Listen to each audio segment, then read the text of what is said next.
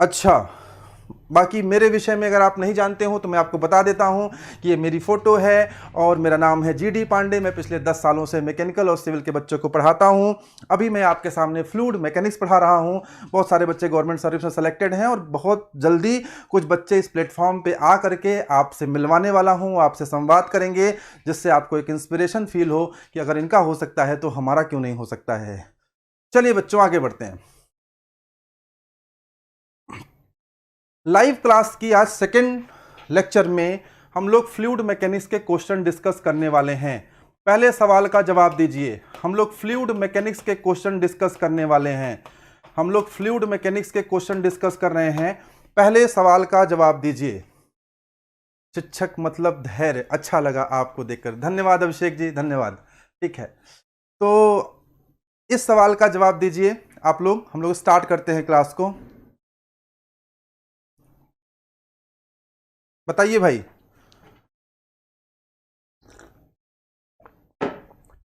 मेरी क्लास का रूल आपको पता है। सवाल आपके सामने स्क्रीन पे आएगा, आपको जवाब देना है। आपके जवाब को देखने के बाद मैं अपना एक्सप्लेनेशन दूंगा, अपना जवाब दूंगा। और दूसरा रूल ये है कि अगर आपको क्लास अच्छी लगती है, अगर आपको बातें समझ में आ गई, तो आपको करना क्या है, आपको थम्स अप करना है और हार्ट बना के भेजना है, जिससे मुझे अच्छा फील होता है। सवाल क्या है? With increase in the pressure the bulk modulus of elasticity. अगर प्रेशर को इंक्रीज किया जाए तो बल्क मॉडुलस ऑफ इलास्टिसिटी क्या होता है? बड़ा सिंपल क्वेश्चन है, बड़ा सिंपल क्वेश्चन है। बल्क मॉडुलस ऑफ इलास्टिसिटी का फॉर्मूला क्या होता है? Rho into D P upon D rho. या तो ये फॉर्मूला होता है, या तो ये फॉर्मूला होता है K is equal to delta P upon delta V upon V minus में। यही दो फॉर्मूले होते हैं बल्क मॉडुलस ऑफ इलास्टिसिटी के। क्योंकि बात यहां प्रेशर से हो रही है, तो प्रेशर से कौन सा फॉर्मूला रिलेट करता है? प्रेशर से रिलेट करता है आपका ये वाला formula, rho into DP upon D रो। अब देखिए, के और डीपी, बल्क मॉडुलस और प्रेशर, बल्क मॉडुलस और प्रेशर के बीच में रिलेशन देखिए। बल्क मॉडुलस और प्रेशर के बीच में रिलेशन देखिए। बताइए कैसा रिलेशन है? डायरेक्ट प्रोपोर्शनल का रिलेशन है। कहने का अर्थ है कि अगर हम प्रेशर को इंक्रीज करेंगे, इस फॉर्मूले को ध्यान दीजिए। इस फॉर्मूले से क्या है? इस फॉर्मूले से ये है के प्रोपोर्शनल टू डीपी। यानी कि अगर हम प्रेशर को इंक्रीज करेंगे, कह रहा है with increase in pressure the bulk modulus of elasticity. यानी अगर हम प्रेशर को इंक्रीज करेंगे तो बल्क मॉडुलस ऑफ इलास्टिसिटी भी क्या करेगा? इंक्रीज करेगा। The correct answer is B part. आज कुछ कम लोग जवाब दे रहे हैं। क्या लोग लाइव नहीं है या मुझे नहीं दिख रहे हैं? जरा एक बार थम्स अप करिए, कमेंट करके बताइए। सब लोग लाइव हैं? अच्छा, कमेंट्स आना शुरू हो गए हैं। The correct answer is B part. आगे बढ़ते हैं।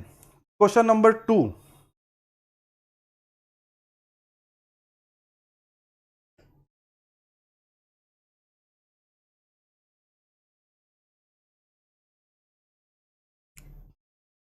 क्वेश्चन नंबर 2 बताइए। क्वेश्चन नंबर 2 का आंसर बताइए। एक बार ना आप लोग क्लास शेयर कर दीजिए। आप लोग क्या किया करिए ना, जब आप जहां व्हाट्सएप चलाते हैं, सब लोग व्हाट्सएप तो चलाते ही होंगे, आप व्हाट्सएप के ना स्टेटस में ये क्लास लगा दिया करिए, तो जिससे जिसको भी देखना होगा वो अपने आप व्हाट्सएप के स्टेटस पे क्लिक करके आ जाएगा। ठीक है, चलिए क्वेश्चन नंबर 2 देखिए। बताइए इसका आंसर क्या हो सकता है? If angle of contact of drop of liquid is acute. अगर किसी लिक्विड ड्रॉप का एंगल ऑफ कॉन्टैक्ट एक्यूट है तो उस कंडीशन में क्या स्थितियां बन रही हैं? एडहेशन की स्थिति है कि कोहेशन की स्थिति है? एडहेशन बड़ा है कि कोहेशन बड़ा है? इस पे हमें बात समझना है। एंगल ऑफ कांटेक्ट को लेकर के बच्चों एडहेशन और कोहेशन के बीच रिलेशन आप जाना करो। और आप रटते हो ना बच्चों, रटा मत करो। कुछ लोग ए पार्ट कह रहे हैं, एप्पल कह रहे हैं, बहुत अच्छी बात है, ठीक है ना, इसको रटना मत। हालांकि मैं बता दे रहा हूं, दो केसेस हैं। देखो केस 1 क्या कहता है? When adhesion is more than cohesion. अगर एडहेशन की वैल्यू कोहेशन से ज्यादा हो तो एंगल क्या होगा? Angle is acute. अगर एडहेशन की वैल्यू कोहेशन से ज्यादा हो तो एंगल क्या होगा? एक्यूट होगा। और अगर एडहेशन की वैल्यू छोटी है और कोहेशन की वैल्यू ज्यादा है, अगर एडहेशन की वैल्यू छोटी है और कोहेशन की वैल्यू ज्यादा है तो एंगल क्या होगा? Angle is obtuse. Angle obtuse होगा। ठीक है ना, ये बात हमेशा याद रखिएगा। इस बात को मैं आपको समझा देता हूं कि ऐसा क्यों होगा। अब याद तो रख ही ले रहे हैं, मैं इसको एक्सप्लेन कर दे रहा हूं कि ऐसा कैसे होगा। आप रटते हैं हमेशा, आप क्या करते हैं, रटते हैं। Waiting surface for acute angle, very good. इस प्रकार का जो फ्लूइड होगा ना, आइए देखिए, एडहेशन की वैल्यू कोहेशन से ज्यादा है। एडहेशन की वैल्यू जब कोहेशन से ज्यादा है तो वो एंगल क्या होगा, एक्यूट। अभी हम लोग इस पे बात कर लेंगे, जो ये दूसरा वाला केस है वो एंगल एक्यूट होगा। इसका एग्जाम्पल दे सकते हैं, इसका एग्जाम्पल बताइए। ऐसा कोई फ्लूइड बताइए जिसमें एक्यूट एंगल बनता हो। ऐसा कोई फ्लूइड बताइए जिसमें एडहेशन की वैल्यू कोहेशन से ज्यादा होती हो। ऐसा कोई एग्जाम्पल मुझे दे सकते हैं आप? मैं बताता हूं एग्जाम्पल आपको। ऐसा एग्जाम्पल होता है वाटर। ऐसा एग्जाम्पल क्या है, वाटर।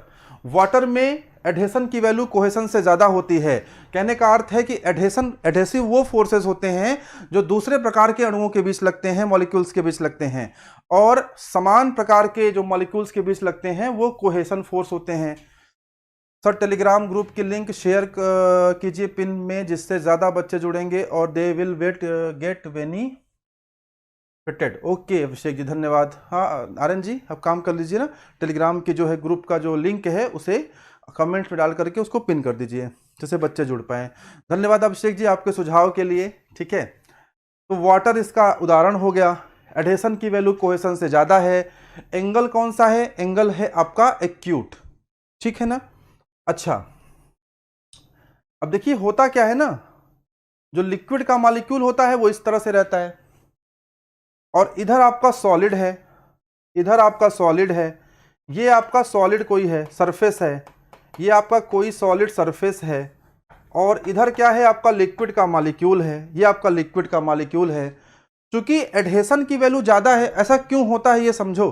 क्योंकि एडहेशन की वैल्यू ज़्यादा है, एडहेशन की वैल्यू ज़्यादा है मतलब यहाँ का जो लिक्विड मॉलिक्यूल है ना, ये अपने दूसरे लिक्विड मॉलिक्यूल के साथ नहीं रहना चाहेगा, बल्कि ये किसके साथ रहना चाहेगा, ये सॉलिड वाले मॉलिक्यूल के साथ रहना चाहेगा। एडहेशन ज्यादा होने का अर्थ क्या है, एडहेशन ज्यादा होने का अर्थ होता है कि ये अपने साथ नहीं चिपकेगा, ये दूसरे सॉलिड सरफेस के साथ स्टिक होने की प्रॉपर्टी रखेगा। तो ये मॉलिक्यूल यहां नहीं रहेगा, यहां से भाग के कहां आ जाएगा, ये यहां आ जाएगा। अगर ये सारे मॉलिक्यूल भाग भाग के यहां आ जाएंगे, ये सारे मॉलिक्यूल भाग भाग के यहां जाएंगे, ये सारे मॉलिक्यूल भाग भाग के यहां आ जाएंगे, जितने मॉलिक्यूल यहां हैं ये सब भाग भाग के यहां जाएंगे। तो देखिए ये लिक्विड जो होगा वो फैल जाएगा ना, जब फैल जाएगा तो इसको ये वेट कर देगा, इसको ये वेट कर देगा। यानी देखिए ये स्थिति कुछ इस प्रकार से बनेगी।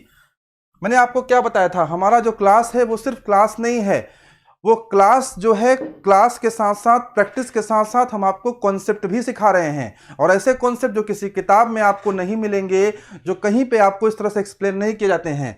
तो देखिए अब हमारा ये सॉलिड सरफेस है, हमारा ये सॉलिड सरफेस है, यही जो कि गोला वाला मॉलिक्यूल था, ये वाला मॉलिक्यूल जो कि गोला सा था, ये वाला मॉलिक्यूल जो कि कैसा था, गोला सा था, ये इस तरह से था। यही लिक्विड मॉलिक्यूल अब कैसा बन जाएगा, ऐसे बन जाएगा।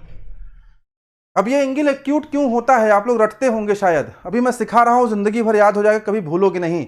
ये एंगल एक्यूट क्यों होता है, आपको सिखाया गया है कि adhesion is more than cohesion, the angle is acute. Why this angle is acute, आज सीखते हैं और जानते हैं कि ये एंगल एक्यूट क्यों होता है। आइए देखते हैं एंगल एक्यूट कैसे हो गया। अब देखो हमें करना क्या है ना, हमें एंगल खोजना है। कैसा एंगल खोजना है, हमें कॉन्टैक्ट एंगल। देखो एंगल ऑफ कॉन्टैक्ट, हमें एंगल ऑफ कॉन्टैक्ट खोजना है। अब एंगल ऑफ कॉन्टैक्ट खोजने का तरीका सीखो। एंगल ऑफ कॉन्टैक्ट खोजने के लिए हमें टेंजेंट ड्रॉ करना पड़ता है। कहां टेंजेंट ड्रॉ करेंगे, हम उस फ्लूइड पर टेंजेंट ड्रॉ करेंगे, हम उस फ्लूइड पर टेंजेंट ड्रॉ करेंगे जो हमारे सॉलिड के संपर्क में है। आइए हमने टेंजेंट ड्रॉ कर दिया, देखिए ये टेंजेंट ड्रॉ हो गई। ऐसे ही रटना नहीं है बच्चों, रटोगे आप भूल जाओगे। अगर आप घर से रट के गए, अगर आप घर से रट के गए कि adhesion is more than cohesion, angle is acute, वहां पर आपको ऑब्ट्यूस याद आएगा। अगर आप सीख लिए तो कभी भी कोई दिक्कत नहीं आने वाली है। Convex is different thing my dear Deepak, convex is different thing. मैं जो सिखाने जा रहा हूं, मैं एंगल के कॉन्सेप्ट को सिखाने जा रहा हूं। जैसे सीख लेंगे आप खुद हंस पड़ेंगे जहां बैठे हैं कि सर मजा आ गया, इस तरह से सोचा ही नहीं था। देखो एंगल निकालने के लिए ना हमें टेंजेंट ड्रॉ करना पड़ता है। क्या ड्रॉ करना पड़ता है, हमें टेंजेंट ड्रॉ करना पड़ता है। ये हमारा टेंजेंट ड्रॉ कर दिया। ये हमारा लिक्विड है। अब हमारे पास दो एंगल बन रहे हैं, हमारे पास दो एंगल हैं, एक ये एंगल है और एक ये एंगल है। अब बताइए, आप कह रहे हैं कि एंगल एक्यूट होता है, हम कह रहे हैं कि भैया एंगल तो ऑब्ट्यूस है। देखो यहां पे, देखो ना, यहां बड़ा एंगल बन रहा है। तो नहीं, हम ये एंगल नहीं लेंगे। क्यों नहीं लेंगे? क्योंकि हमें एंगल ऑफ कांटेक्ट निकालना है। हमें क्या निकालना है? Angle of contact. Angle of contact का अर्थ है कि फ्लूइड लिक्विड सरफेस के संपर्क में जहां है, हमें वो एंगल लेना है। यहां ना तो फ्लूइड है, ना तो कोई सॉलिड सरफेस है। बात समझ पा रहे हैं? यानी हम कौन सा एंगल चूज करेंगे? We will choose this angle. और आप इस एंगल को देख के बताइए, ये एंगल एक्यूट है कि ऑब्ट्यूस है? क्या ये एंगल 90 से छोटा है? क्या ये राइट एंगल है 90 है? क्या ये राइट एंगल से बड़ा है 90 से बड़ा है? आपको साफ साफ दिख रहा है कि एंगल 90 से छोटा है और ये एंगल ऑब्ट्यूस है, सॉरी एंगल एक्यूट है। तो ये एंगल देख के ही लग रहा है कि एंगल एक्यूट है, इसमें रटने की जरूरत ही नहीं है। ठीक है, ये एंगल देख के ही लग रहा है कि एंगल क्या है? एक्यूट है। आवाज क्लियर आ रही ना? माइक गिर गया था। हाँ, लगता है माइक को भी कॉन्सेप्ट समझ में आ गया, खुशी के मारे गिर पड़ा। ठीक है ना? तो खुशी के मारे माइक गिर गया। आप लोग को समझ में आया कि नहीं, जरा एक बार कमेंट करके बता दीजिए। ये एंगल जो है, ये एंगल एक्यूट क्यों बना? हमें रटना नहीं है। एंगल निकालने का तरीका क्या है? टेंजेंट ड्रॉ करेंगे। टेंजेंट ड्रॉ करके एंगल देखेंगे। कहां देखेंगे? लिक्विड और सॉलिड सरफेस के बीच देखेंगे। दोनों के बीच देख रहे हैं तो ये छोटा वाला एंगल बन रहा है। एंगल तो दूसरा भी बन रहा है, लेकिन उसको हम लेंगे नहीं। क्यों नहीं लेंगे? क्योंकि हम एंगल ऑफ कॉन्टैक्ट ले रहे हैं। बोलो यार, बात समझ में आई? थम्स अप करके बताओ। तो करेक्ट आंसर क्या होगा कि एक्यूट एंगल कब बनता है? When adhesion is more than cohesion. The correct answer is a part. The correct answer is a part. एक छोटे से क्वेश्चन के लिए कितना कुछ सीखना पड़ता है। हाँ, लिंक अपडेट कर दिया गया है टेलीग्राम का, आप लोग ज्वाइन कर लीजिए टेलीग्राम चैनल, जिससे कि आपको हमारी हर गतिविधि मिलती रहे, जिससे कि आपको हमारे हर नोट्स वगैरह सब कुछ मिलते रहें। सतीश कुमार पटेल, सूर्य प्रताप, दीपक यादव, क्वेश्चन समझ में आ गया, आंसर भी समझ में आ गया, एक्सप्लेनेशन भी समझ में आ गया। आइए क्वेश्चन नंबर 3 की तरफ बढ़ते हैं, तीसरे क्वेश्चन की तरफ आगे बढ़ते हैं। Pseudo plastic fluid is a fluid for which. बताइए, सूडो प्लास्टिक फ्लूइड क्या होता है? आज इसका जवाब सुनिए और कल वाली क्लास में पूरी नॉन न्यूटोनियन फ्लूइड आकर के पढ़ा दूंगा। बहुत सुनहरा मौका है, आके पढ़ लीजिए। हो सकता है वो वीडियो बाद में पब्लिक न करी जाए, प्राइवेट कर दी जाए, आपसे मिस न हो जाए वो थ्योरी क्लास। पूरा कॉन्सेप्ट डिटेल में हम आपको बताएंगे। राहुल गुप्ता सर जी नमस्ते। Abhishek sir suggested me, thank you Rahul ji, thank you Abhishek ji. आप राहुल जी क्लास लीजिए, क्लास कैसी लग रही है हमें ज़रूर बताइएगा। हम लोग फ्लूइड मैकेनिक्स की क्लास इस समय पढ़ रहे हैं, जिसको मैकेनिकल और सिविल इंजीनियरिंग की के बच्चे पढ़ सकते हैं। क्वेश्चन आपके सामने है, मैं आपको क्वेश्चन का आंसर बताऊंगा। आंसर ही नहीं बताऊंगा, आंसर के साथ साथ उस the concept behind the question हम लोग उस पर भी डिस्कस करेंगे। एक बार सब लोग जरा इस क्वेश्चन का आंसर देने का प्रयास करिए। Please share the session so that a lot of students can join us। जितने लोगों तक बात पहुंचेगी, फ्री ऑफ कॉस्ट क्लासेस हैं, कंप्लीट बैच पढ़ाऊंगा, प्रॉमिस है मेरा। इसलिए आप इसे शेयर करिए ताकि अधिक से अधिक बच्चे लाभान्वित हो सकें। Pseudo plastic fluid is a fluid for which. Pseudo plastic fluid कौन से फ्लूइड होते हैं? सूडो प्लास्टिक फ्लूइड कौन से फ्लूइड होते हैं? बताइए भाई। सूडो प्लास्टिक फ्लूइड, सर को फेमस करना है, बड़ा मजा आता है इन्हें सुन के, कितना मीठा बोलते हैं। Thank you Abhishek ji, thank you Abhishek ji. ठीक है, तो हम लोग सूडो प्लास्टिक फ्लूइड के बारे में बात करते हैं। सूडो प्लास्टिक फ्लूइड के बारे में बात करते हैं। इधर टाउ और इधर du/dy हम लोग रखते हैं। और आपको आइडिया है कि सूडो प्लास्टिक फ्लूइड के बारे में आपको आइडिया होगा कि dynamic viscosity decreases as the rate of shear strain increases. जैसे जैसे रेट ऑफ शियर स्ट्रेन बढ़ता है, वैसे वैसे डायनामिक विस्कोसिटी डिक्रीज करती है। ठीक है, कल मैं सूडो प्लास्टिक फ्लूइड को बहुत ही डिटेल में पढ़ाने जा रहा हूं। सूडो प्लास्टिक फ्लूइड का ग्राफ इस तरह से आता है। ये ग्राफ क्या शो करता है बच्चों? ये ग्राफ ये शो करता है कि इसका स्लोप डिक्रीज हो रहा है, नेगेटिव स्लोप है। नेगेटिव स्लोप का मतलब क्या होता है बच्चों? कि अगर यहाँ पे हम θ1 ले लें और यहाँ पे हम θ2 ले लें, तो इसका मतलब θ1 इज लेस देन θ2। जैसे जैसे हम आगे जा रहे हैं, वैसे वैसे स्लोप घटता जा रहा है। यही मतलब होता है सूडो प्लास्टिक फ्लूइड का। जब आप सूडो प्लास्टिक फ्लूइड पे क्वेश्चन लगाइए, अरे सर डिस्टर्ब मत होइए, शानदार पढ़ाइए। जी जी, डिस्टर्ब नहीं हो रहे, मैं बहुत खुश हूँ आपके कमेंट से। बस भाइयों, सर जी स्टार्ट्स ब्लशिंग। जी जी जी जी, ठीक है ना। तो आप लोगों ने इतने शानदार कमेंट्स कर दिए कि मैं ब्लश करने लगा, मुझे बड़ा अच्छा लगा। ठीक है कि आपने इतनी तारीफ़ कर दी।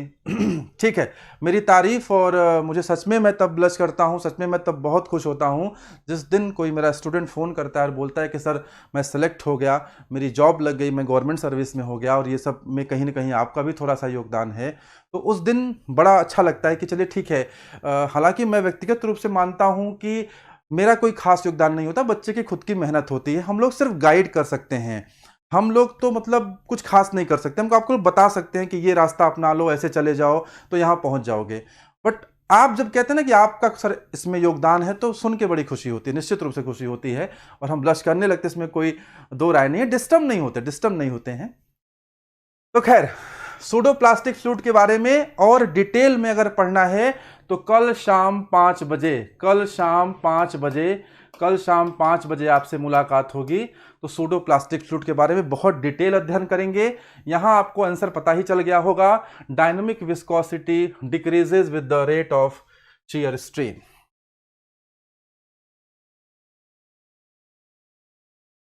चलिए आगे बढ़िए। What is the capillary rise in a narrow two-dimensional slit of a width W? एक काम करिए, इस सवाल में width W दिया है, लेकिन हम लोग ना यहाँ पे करेक्शन कर लेते हैं। width W की बजाय हम width को D लिखेंगे। W ना हमें महसूस नहीं होता है, W हमें फील नहीं होता है, width को हमेशा हम D लिखें हमेशा ना, तो हम लोग W की बजाय D लिख लेते हैं, तब सवाल लगाते हैं। कभी कभी एग्जामिनेशन में ऐसे सवाल हमारे सामने पूछ ले जाते हैं जो यूजुअल नोटेशन पे नहीं होते, जिन नोटेशन को हम यूज करते हैं वो उन पे नहीं होते, तो हम घबरा जाते हैं कि यार इसका आंसर क्या होगा। तो ऐसी कंडीशन में हमें क्या करना है, ऐसी कंडीशन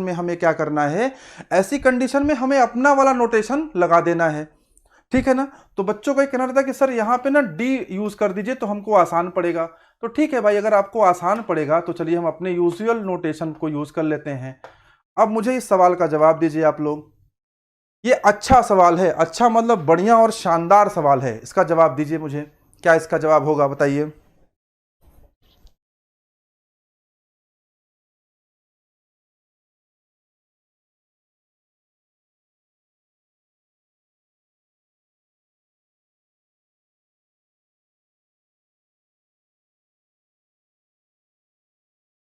चलिए 4 का आंसर बताइए, बहुत ही शानदार क्वेश्चन है। इसका जवाब जिसने दे दिया ना, निश्चित रूप से उसकी तैयारी अच्छी है। इसका जवाब जो भी बच्चा दे रहा है उसकी तैयारी अच्छी है, आप बिल्कुल बॉर्डर लाइन पे हैं, आप हिम्मत मत हारिएगा, आप थोड़ा सा एफर्ट लगा लीजिए, निश्चित रूप से आप मानिए कि आप सेलेक्ट होने वाले हैं, कोई आपको रोक नहीं सकता। देखिए, अगर कैपिलरी राइज हम लोग स्लिट में निकालें, अच्छा सबसे इंपॉर्टेंट फॉर्मूला जो कैपिलरी राइज ट्यूब में होता है वो सब जानते हैं ना, 4 sigma cos theta upon rho g D, ये सब जानते हैं, 4 sigma cos theta upon rho g d. अब बताइए, अगर स्लिट में निकालना पड़े आपको, अगर आपको स्लिट में निकालना पड़े, स्लिट का फॉर्मूला होता है 2 sigma cos theta upon rho g d. अब जरा देखिए, इन दोनों में कोई रिलेशन बन सकता है क्या? बस सवाल सॉल्व हो गया, दोनों फार्मूले आपके सामने मिल गए, इसका मतलब सवाल सॉल्व हो गया। करना क्या है, कुछ नहीं करना है, बस पढ़ लीजिए क्या क्या दिया है। आइए ए पार्ट को पढ़ते हैं और सवाल खोजने का प्रयास करते हैं। अभिषेक तिवारी कह रहे हैं बस सर फेमस होने के बाद अनअकैडमी मत ज्वाइन करिएगा। ठीक है, नहीं मैं मेक माई करियर पे ही हूँ, मेक माई करियर पे ही रहूँगा। आप लोग इसे शेयर करिए जिससे अधिक से अधिक लोग जुड़ पाए। पहला लिखा हुआ है half of that in a capillary tube of diameter D. कह रहा है कि हाफ होता है, कैपिलरी वाले का हाफ होता है, ट्यूब वाले का हाफ होता है स्लिट में। तो देखिए, ट्यूब ये है, स्लिट ये है, सही बात है, हाफ तो होता है। तो ए पार्ट तो हमें आंसर लग रहा है। देखो, ये 2 sigma cos theta rho g D है, ये 4 sigma cos theta rho g D है, तो ए तो एकदम करेक्ट आंसर है। ए में कोई दो राय नहीं कि ए एकदम करेक्ट आंसर है, ए एकदम करेक्ट आंसर है। अब बी सी डी में पढ़ते हैं, 2/3 ऐसा कोई केस ही नहीं है, 1/3 ऐसा कोई केस ही नहीं है, 1/4 वाला मामला भी नहीं बन रहा, तो ए ही क्या है हमारा सही आंसर है। बोलो भाई, ये बात समझ में आया? क्वेश्चन नंबर आई थिंक 4 था कि 5, क्वेश्चन नंबर 4 था और 4 का आंसर क्या आ गया? ए पार्ट। देखो बच्चों, करना क्या है ना, सिर्फ हमें ए पार्ट बी पार्ट नहीं करना, हमें साथ साथ ना ये फॉर्मूले लिखते जाने हैं साथ में। एक कॉपी पेन लेके बैठना, ऐसे ही मत बैठना, कॉपी पेन लेके बैठना और ये सारे फॉर्मूले एक जगह कहीं नोट करते जाना। दीपक यादव ने कहा कि sir one more thing, the capillary tube is inversely proportional to diameter. Deepak थोड़ा सा वेट कर लीजिए, जो आप स्टेटमेंट लिखे हैं उसी पे एक क्वेश्चन आने वाला है। जितने भी किसी चीज किसी टॉपिक पे इंपॉर्टेंट क्वेश्चन बन सकते हैं वो सारे कलेक्ट होकर के मैं आपके लिए ले आता हूं। अभी क्वेश्चन आपके सामने आने वाला है। उपेंद्र कुमार लाइव आ गए हैं। हाय सर, हाय उपेंद्र। हम लोग क्वेश्चन नंबर 5 की तरफ आगे बढ़ते हैं। उपेंद्र, आप भी क्वेश्चन नंबर 5 को सॉल्व करिए। ये देखिए, भयंकर सा क्वेश्चन आपके सामने है। जब मैचिंग वाले क्वेश्चन आते हैं ना, तब मजा आता है मुझे कि अब बच्चे कैसे रिप्लाई करते हैं, क्योंकि अब वही बच्चा रिप्लाई कर पाएगा जो कॉन्सेप्चुअली समझ में जिसको आया है चीजें। क्वेश्चन नंबर 5 करिए। यहां पर ए पार्ट बी पार्ट करने की कोई होड़ नहीं लगी है ना, तो मैं बहुत जल्दी बाजी में हूं। मैं आपके लिए 24/7 अवेलेबल हूं। आराम से करेंगे, आराम से इसका जवाब दीजिए। मैं आपको समय दे रहा हूं, देख लीजिए, देख करके जवाब दीजिए। कोई जल्दीबाजी नहीं है। मैं बार बार कहता हूं कि 1000 खराब क्वेश्चन लगाने से बेहतर है कि 10 अच्छे क्वेश्चन लगाए जाएं। ये बहुत अच्छा क्वेश्चन है। इससे 4 कॉन्सेप्ट यहां के क्लियर होंगे, 6 यहां के क्लियर होंगे, तभी आप इसका जवाब दे पाएंगे। बताइए इसका आंसर क्या होगा क्वेश्चन नंबर 5 का। और एक बार इसको शेयर कर दीजिए। लगता है तुम लोगों ने लाइक नहीं किया है, लाइक की संख्या बहुत कम है आज कितनी लाइक है पंकज जी? 40 ही है। कल मेरी क्लास में 49 लाइक था, 51 लाइक मैंने कराया था, और आज मात्र 40 लाइक। बड़ी नाइंसाफी। कल 49, आज 40। जल्दी से इसे 40 लाइक्स से 49 लाइक्स तक पहुंचाइए। मीरा तिवारी करें प्रणाम सर, प्रणाम मीरा। आशीर्वाद आशीर्वाद। मुकेश 5 का आंसर दे रहे हैं डी पार्ट। सूर्य प्रताप कह रहे हैं सी ऑप्शन। कोई कह रहा है सी, कोई कह रहा है डी। मुझे नहीं पता है कि सी की डी, मैं तो ये सामने लगाऊंगा। मुझे तो तुम लोगों से जितनी फ्लूइड मैकेनिक्स आप लोग को आती है उससे कम मेरे को आती है, तो मैं तो यही ट्राई करूंगा और लगाऊंगा क्या आता है। ठीक है ना? तो आप लगा के बताओ कि क्या इसका आंसर सही है। ठीक है ना?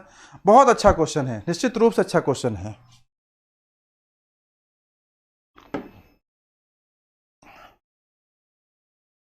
हाँ, डी आंसर आना शुरू हो गया है।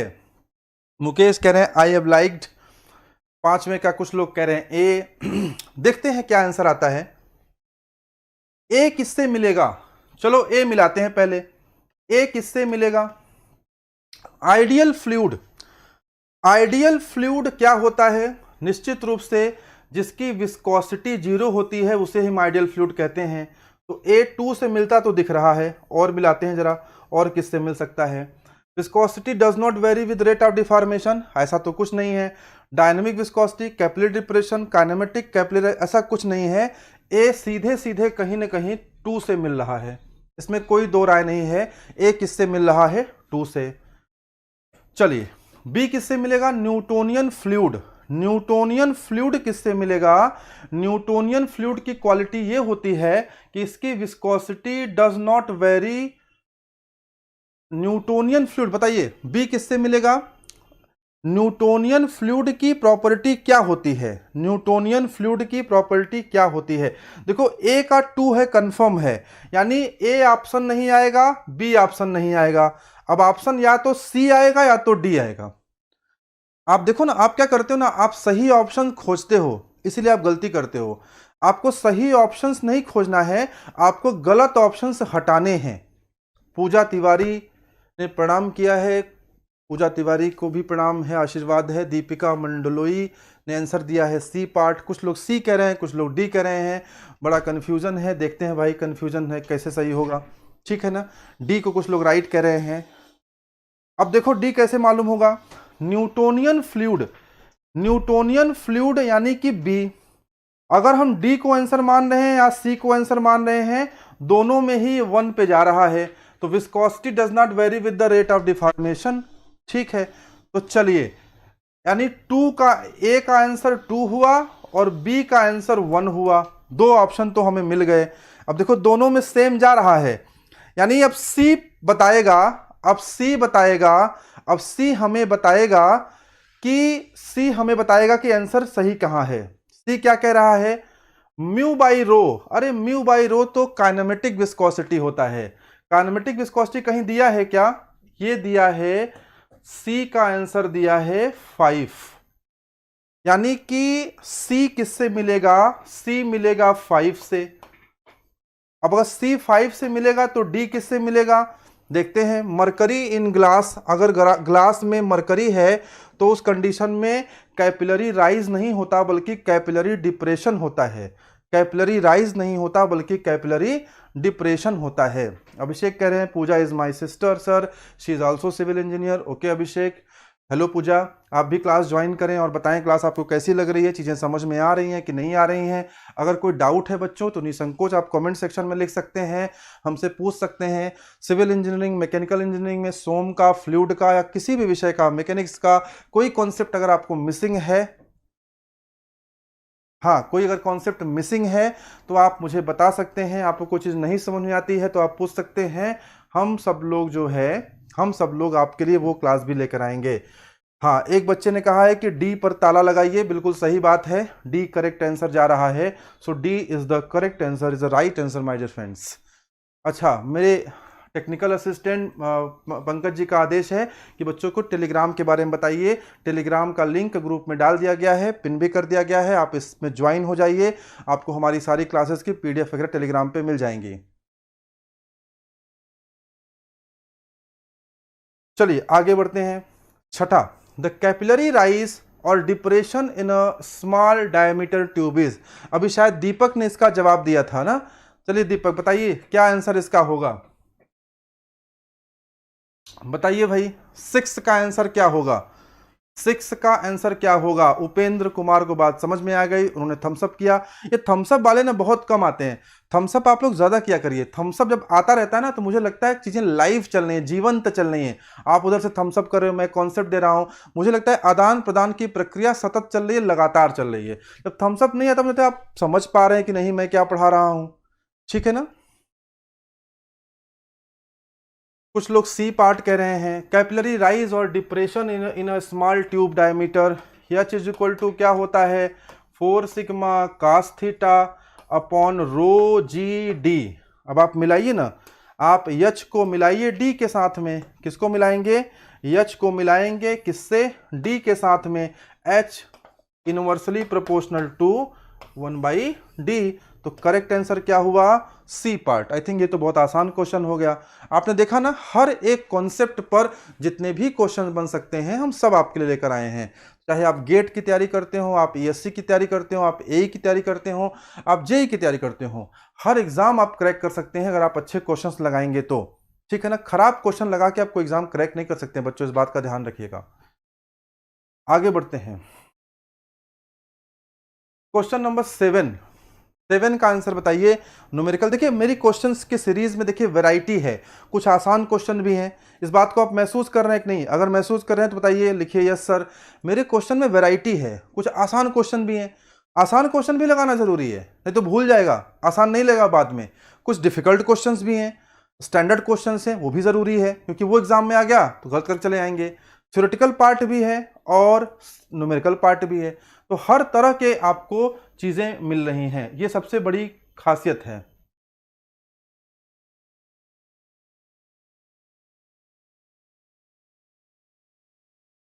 ठीक है ना, तो खासियत क्या है, यही है कि हर तरह के वैरायटी ऑफ क्वेश्चंस आपको मिलने चाहिए। इस सवाल को लगाइए, ये एक न्यूमेरिकल क्वेश्चन है, आइए न्यूमेरिकल का आंसर देखते हैं। ठीक है ना, उपेंद्र लिखा यस सर, ठीक है। आइए देखते हैं क्या इसका जवाब होगा भाई। What is the pressure inside a soap bubble. सबसे पहले समझिए किसके बारे में बात हो रही है, सोप बबल के बारे में बात हो रही है। किसके बारे में बात हो रही है, सोप बबल के बारे में बात हो रही है। Over a atmospheric pressure if its diameter is 2 centimetre, D दिया हुआ है 2 centimetre and the surface tension is 0.1 newton metre. जब भी सवाल लगाया करो ना, सबसे पहले क्या लिखा करो, मैंने सिखाया है, कोई भी सवाल लगाओ सबसे पहले क्या लिखा करो, गिवन। आप लोग ना बहुत जल्दीबाजी में रहते हैं, जल्दीबाजी में नहीं रहने का है। जल्दीबाजी कहाँ करनी है, एग्जाम हॉल में। यहाँ आराम से क्वेश्चंस करने हैं ताकि पहले आप कॉन्सेप्ट सीखें। गिवन क्या दिया हुआ है, सोप बबल दिया हुआ है। सोप बबल देने का मतलब क्या है बच्चों, सोप बबल देने का मतलब क्या है, डेल्टा पी का कौन सा फॉर्मूला लेगा, 4 सिग्मा अपॉन डी कि 8 सिग्मा अपॉन डी, बताओ भाई, 4 सिग्मा अपॉन डी कि 8 सिग्मा अपॉन डी, कौन सा फॉर्मूला यूज करोगे, ये वाला यूज करोगे, बताओ फार्मूला 1 यूज करोगे कि फार्मूला 2, पहले इसका जवाब दो।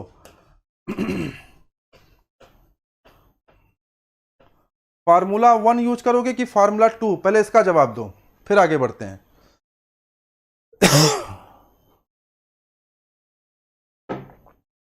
अब फार्मूला 1 यूज करेंगे कि फार्मूला 2 यूज करेंगे, 8 सिग्मा अपॉन डी, ठीक है ना। लेकिन एक बात का ध्यान रखना, सोप बबल का फॉर्मूला यही है, और ये फॉर्मूला किसका है, सॉरी, सोप बबल का फॉर्मूला ये है, ये फॉर्मूला किसका है, ये फॉर्मूला है लिक्विड ड्रॉपलेट का। ये किसका है, ये फॉर्मूला है लिक्विड ड्रॉपलेट का, ये फॉर्मूला है सोप बबल का। एक फॉर्मूला लिक्विड जेट का भी होता है 2 सिग्मा अपॉन डी। लेकिन एक बात ध्यान रखना, एक क्वेश्चन बहुत इंपॉर्टेंट आता है कि अगर सोप बबल हो और चारों तरफ यहां पे पानी हो, सोप बबल के सराउंडिंग में क्या हो, अगर इसमें वाटर भरा हो, सोप बबल के सराउंडिंग में अगर वाटर भरा हो और यहां पे सोप बबल है, तो वहां कौन सा फॉर्मूला लगाओगे, वहां फॉर्मूला देखिएगा कि यहां पर दो अलग अलग इंटरफेस नहीं बन रहे हैं, तो यहां आपका फॉर्मूला यही वाला लग जाता है। तो कभी कभी इस पे भी क्वेश्चन आते हैं कि सोप बबल और सराउंडिंग में क्या है, वाटर से सराउंडेड है। अगर वाटर से सराउंडेड है तो वहां पर फिर सोप बबल वाला फॉर्मूला नहीं आता, 8 सिग्मा अपॉन डी नहीं लगता, फिर क्या लगता है 4 सिग्मा अपॉन डी। क्यों लगता है, उस पर भी चर्चा करेंगे कॉन्सेप्ट क्लास में आपसे, इस पे भी सवाल आते हैं, ठीक है। तो अब देखिए कुछ नहीं है, बहुत सिंपल क्वेश्चन हो गया। सोप बबल वाले फॉर्मूले में पुट कर दीजिए, 8 सिग्मा अपॉन डी में delta P is equal to 8 sigma upon D. क्या पूछा हुआ है, प्रेशर ही तो पूछा है। 8 इंटू सिग्मा की वैल्यू कितनी है 0.1, और ये न्यूटन अपॉन मीटर में है, ठीक है। डी की वैल्यू कितनी है, डी की वैल्यू है 2 सेंटीमीटर, तो 2 इंटू 10⁻⁻2 मीटर में कर दो, 2 चौके 8, कट जाएगा, 4 गुणित्ते ये ऊपर जाएगा, तो कितना हो जाएगा, ये 10 हो जाएगा। तो आई थिंक बी आएगा इसका आंसर, नहीं 4 आएगा ना, 4 आएगा। क्या आंसर आएगा बोलो भाई, the correct answer is B और ए, 7 का बी पार्ट ना, 7 का बी पार्ट। आगे बढ़े, बी आएगा सी आएगा, बोलो सी ऑप्शन आएगा ना, सी ऑप्शन आएगा, sorry, the correct option is C part. तो फॉर्मूला बेस्ड ही है, फॉर्मूले पे ही पुट करना है, फॉर्मूले से आंसर निकाल देने हैं। कैलकुलेशन थोड़ा सा है, जो भी चाहो आप कर सकते हो, सिंपल कैलकुलेशन है, डिफिकल्ट तो है नहीं। बोलो भाई, कोई डाउट हो तो पूछ लो, if any doubt you can ask. 8वें की तरफ बढ़े, ये बड़ा शानदार क्वेश्चन है, 8वां क्वेश्चन बहुत ही शानदार है। 8वां क्वेश्चन का आंसर जो बता दिया और जो उसका कारण बता दिया, उसको मैं चॉकलेट खिलाऊंगा अपने तरफ से। बहुत शानदार क्वेश्चन है, बहुत ही बढ़िया ऑब्जर्वेशन जिसका रहेगा कॉन्सेप्ट पे और आपके थ्योरेटिकल पार्ट पे, आपके सब्जेक्ट पे, वही 8वां क्वेश्चन कर पाएगा। चलिए 8वें क्वेश्चन का आंसर बताइए, और अगर हो सके तो कमेंट में ऑब्जर्वेशन बताइए कि कैसे आपको आंसर मालूम हुआ। एकदम तय बात है कि वो जो बताएगा मैं उसको बड़ी वाली चॉकलेट इनाम में दूंगा जब सेंटर पे मेरे आएगा इलाहाबाद में वो, ठीक है ना। अगर ऑनलाइन होगा तो मैं घर पे भेज दूंगा, पोस्ट कर दूंगा, लेकिन मुझे उसका कारण जानना है कि कैसे आपने आंसर इसका चुना, ए बी सी डी। पूरा क्वेश्चन ध्यान से पढ़ो, अच्छे क्वेश्चन लगाओ बच्चों, में बार बार कहता हूं, लॉलीपॉप क्वेश्चन नहीं लगाने का है अपन को, अच्छे क्वेश्चन लगाने का है। पढ़ो जरा क्वेश्चन, बताओ इसका आंसर क्या होगा।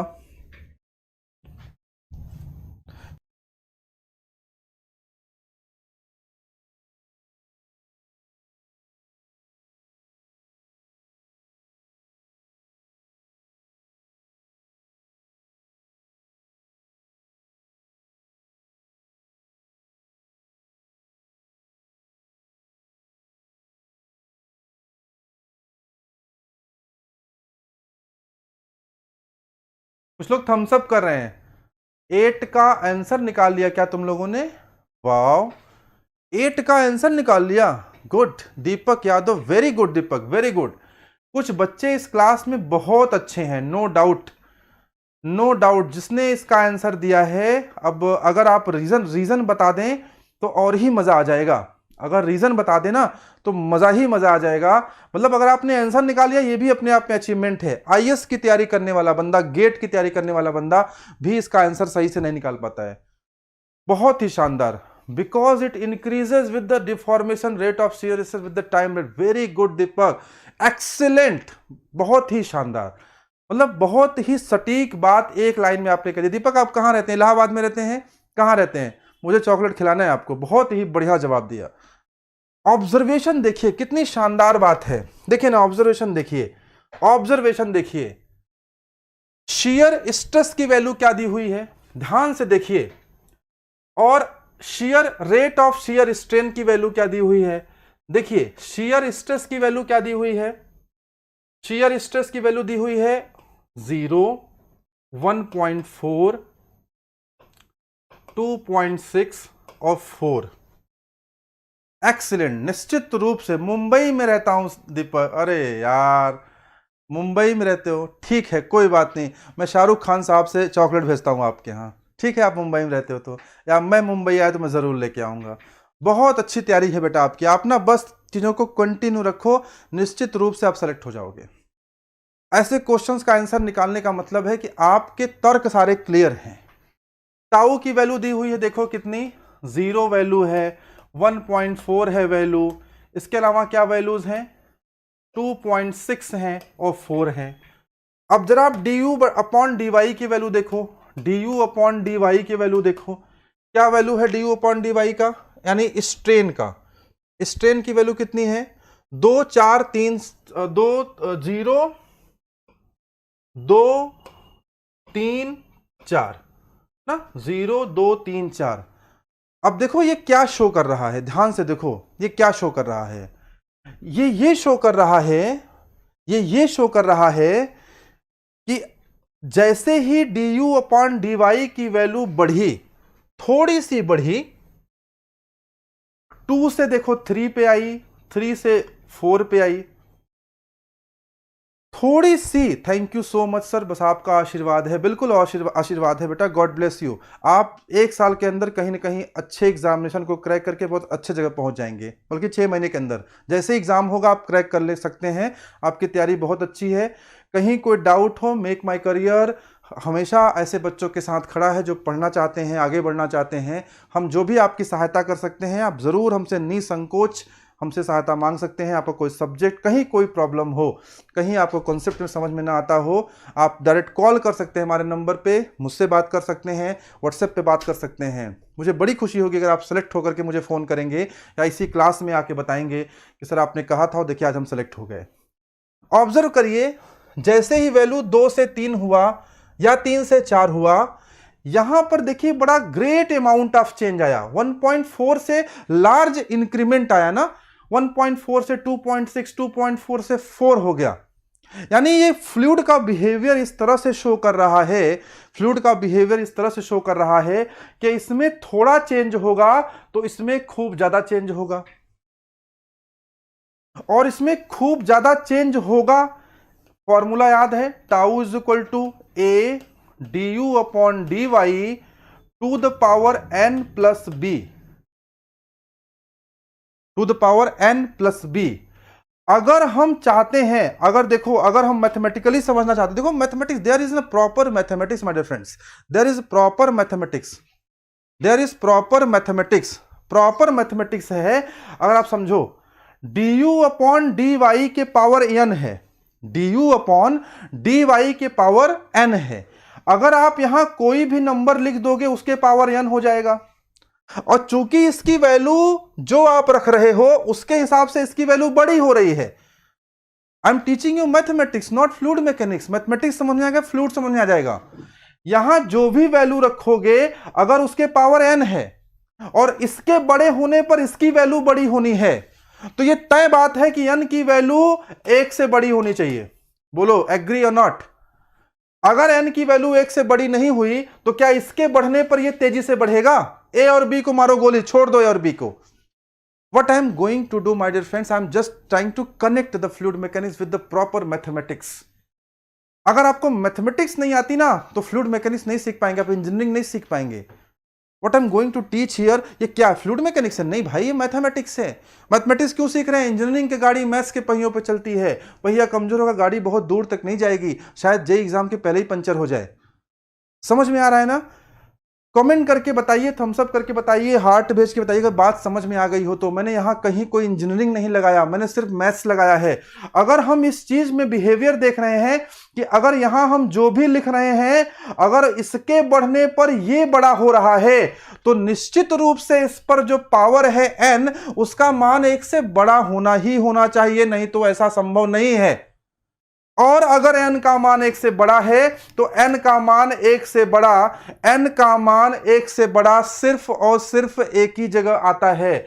n का मान 1 से बड़ा सिर्फ और सिर्फ एक ही जगह आता है, डायलेटेंट फ्लूइड में। कहां आता है? डायलेटेंट फ्लूइड में। यानी the correct answer is D part. बोलो भाई, समझ में आया आप लोगों को?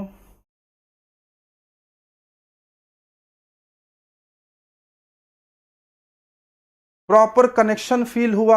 आप जो पढ़ रहे हैं कहीं से आपको वो रटना तो नहीं पड़ेगा, आप उसको एक्सप्लेन कर सकते हैं कि आप ऐसा क्यों कर रहे हैं। पूरी गणित आपको पीछे समझ में आ रही है। अगर कॉन्सेप्ट के पीछे की गणित ही आपको नहीं समझ में आएगी, अगर आपको कंसेप्चुअल नॉलेज ही नहीं रहेगा तो आप लंबा नहीं चल सकेंगे, इस बात को याद रखिएगा। दीपक यादव ने कहा sir one more thing, pseudopodia is share thinning and dilatant is share thickening. Very very very good. कल बताऊंगा, कल वाली क्लास में यही बताऊंगा शेयर थिनिंग कौन सा है, शेयर थिकिंग कौन सा है। कल ये बताऊंगा कि n की वैल्यू बड़ी होने का महत्व क्या है। कल ये बताऊंगा n डिसाइड क्या करता है। कल ये बताऊंगा a का मतलब क्या है। कल बताऊंगा b का मतलब क्या है, a का नाम क्या है, b का नाम क्या है, n की वैल्यू क्या, n का नाम क्या है। n का नाम पता है आप लोगों को? इस फार्मूले में n क्या होता है, a क्या होता है, b क्या होता है, n क्या डिसाइड करता है, a क्या डिसाइड करता है, b क्या डिसाइड करता है। इन तमाम सारे सवालों का जवाब मैं आपको कल दूंगा। बोलो इतनी बात समझ में आई कि नहीं?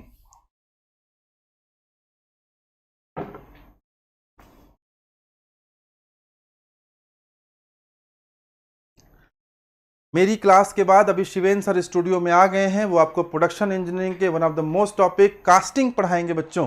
तो कास्टिंग पढ़ने के लिए तैयार रहिए। और जो बच्चे इसमें सिविल वाले बच्चे हैं जो फ्लूइड के बाद चले जाते हैं, वो मैकेनिकल के दोस्तों से शेयर कर देंगे कि शिवेन सर कास्टिंग लेकर के आ रहे हैं। ठीक है, क्वेश्चन नंबर 9। ये तो बड़ा सिंपल क्वेश्चन आ गया। मैंने कहा ना वैरायटी ऑफ क्वेश्चंस है, कुछ क्वेश्चन आसान हैं, कुछ क्वेश्चन डिफिकल्ट हैं, कुछ क्वेश्चन कंसेप्चुअल हैं, कुछ न्यूमेरिकल हैं। You have to deal with each and every kind of question my dear friends. अगर आप एग्जाम क्रैक करना चाहते हो ना, हर तरह के सवाल लगाओ। जो विभिन्न प्रकार के सवाल लगा सकता है ना, वही बड़ा अच्छा प्लेयर बनता है। क्रिकेट तो आप भी खेल लेते हो, लेकिन आप सारे शॉट नहीं खेल सकते जो सचिन तेंदुलकर खेल सकता है। तो प्रोफेशनलिज्म का मतलब भी, अगर आप एक प्रोफेशनल स्टूडेंट हैं और आप एग्जाम क्रैक करना चाहते हैं तो आपका मतलब ये कि आपको हर तरह के क्वेश्चंस लगाने हैं। समझ गए sir? Question number 9, what is the unit of dynamic viscosity of a fluid termed poise. Poise क्या होता है बोलो? डायनेमिक विस्कोसिटी की कुछ यूनिट्स होती हैं। एक यूनिट होती है newton upon metre square into second, इसी को हम पास्कल इंटू सेकेंड भी कर सकते हैं। Dear Deepak, are you talking about ubiquitous fluid? Rahul ने कुछ पूछा है दीपक से। ठीक है, दीपक जवाब दे दीजिए, तब तक हम लोग क्वेश्चन कर लेते हैं। डायनेमिक विस्कोसिटी की ये यूनिट्स होती हैं। इसके अलावा एक यूनिट इसकी और होती है। क्या यूनिट उसकी होती है? बोलो भाई। डा इन upon centimetre square into second, ये इसकी सीजीएस यूनिट होती है। अच्छा, इसको ना डा इन बोला करो, डाइन मत बोलना तुम लोग। हाँ, ऐसे डाइन बोलने की आदत पड़ जाएगी, घर में सुबह सुबह याद करोगे ना dyne upon centimetre square into second, तो एक तो मम्मी खाना नहीं देंगी, और अगर रात में इसको याद करोगे तो हो सकता है डा इन या डाइन खुद आ जाए। ठीक है, इसको डा इन बोलेंगे, डाइन नहीं बोलेंगे, ये बात ध्यान रखिएगा। समझ में आया ना? तो डा इन upon centimetre square into second ये सीजीएस यूनिट होती है और इसी का नाम हम लोग क्या देते हैं, पॉइस। तो इसका आंसर क्या हो जाएगा, 9 का आंसर क्या हो जाएगा, C part, C is the correct answer. चलिए डी की तरफ आगे बढ़ते हैं। What is the pressure difference between inside and outside of a droplet of water. Water का केस लिया है, बड़ा सिंपल है वाटर का केस, तुम लोग जानते हो डेल्टा पी की वैल्यू कितनी होती है। बताओ भाई, क्वेश्चन नंबर 10 का अगर वैल्यू बता दी तो आंसर वही जान गए ना। बताओ आंसर क्या होता है, तुम लोग बताओ। Apple baby cat dog, apple baby cat dog, apple सही है कि बेबी सही है कि कैट सही है कि डॉग सही है, बता दूं मैं। जब ड्रॉपलेट का केस है तो 4 delta P equal to 4 sigma upon D. ठीक है, तो आई थिंक क्वेश्चंस आपको समझ में आए होंगे। आप क्लास लेते रहिए, शेयर करते रहिए। हम लोगों का जैसा प्लान है हम पहले भी डिस्कस कर चुके हैं कि आपको सारी क्लासेस लाइव मिलेंगी। लाइव इंटरेक्शन का अलग ही मज़ा है। आप हमसे क्वेश्चन पूछ सकते हैं, संवाद कर सकते हैं, बातचीत कर सकते हैं, अपने डाउट्स को भी पूछ सकते हैं इसी क्लास में। उसके अलावा भी अगर कोई डाउट रह जाता है तो आप जो नीचे नंबर स्क्रॉल हो रहा है उस पर हमसे बात कर सकते हैं। उसी नंबर से टेलीग्राम चैनल है, आप उसे ज्वाइन कर सकते हैं। टेलीग्राम चैनल का ग्रुप भी दिया हुआ है, आप उसको भी ज्वाइन कर सकते हैं। व्हाट्सएप है वो भी इसी नंबर से है जो नीचे स्क्रॉल हो रहा है। आप हमें व्हाट्सएप पे भी हमसे ज्वाइन कर सकते हैं। बात समझ में आया? तो there are so many things जिसके द्वारा आप हमसे जुड़ सकते हैं। हमसे जुड़िए, इसमें आपका फ़ायदा है, आप अच्छे एग्ज़ाम की तैयारी करेंगे। हमारे यहाँ सिविल और मैकेनिकल के सभी बच्चों का फ्री बैच चल रहा है। हमारा टारगेट क्या है? हमारा टारगेट है कि मैकेनिकल के बच्चों को अभी सामने जो वैकेंसी है UPRVUNL की वैकेंसी है, अगर देखा जाए तो मैकेनिकल के बच्चों के लिए ना बहुत इंपॉर्टेंट वैकेंसी है। बहुत दिन बाद इतने नंबर आए हैं। बात समझ में आया? और DFCCIL की वैकेंसी है, DFCCIL की वैकेंसी है सिविल के बच्चों के लिए। तो इस तरह की जितनी भी वैकेंसीज हैं सामने, SSC JEE की वैकेंसी है, राजस्थान JEE की वैकेंसी है, UPSSC JEE की वैकेंसी भी क्लियर होने की पूरी संभावनाएं हैं। ऐसी न्यूज आ रही है कि जल निगम में वैकेंसीज अनाउंस होने वाली हैं। तो इन तमाम सारे वैकेंसीज के लिए, इनको क्रैक करने के लिए make my career dedicated team के साथ आपको क्लासेस प्रोवाइड कर रहा है बच्चों। अब मैं अपनी क्लास को यहीं विराम दूंगा क्योंकि अब स्टूडियो में आ चुके हैं शिवेन सर। शिवेन सर मैकेनिकल इंजीनियरिंग के सबसे इम्पोर्टेंट सब्जेक्ट या जितने भी इम्पोर्टेंट सब्जेक्ट होते हैं उनमें से one of the most important subject production की क्लास लेंगे।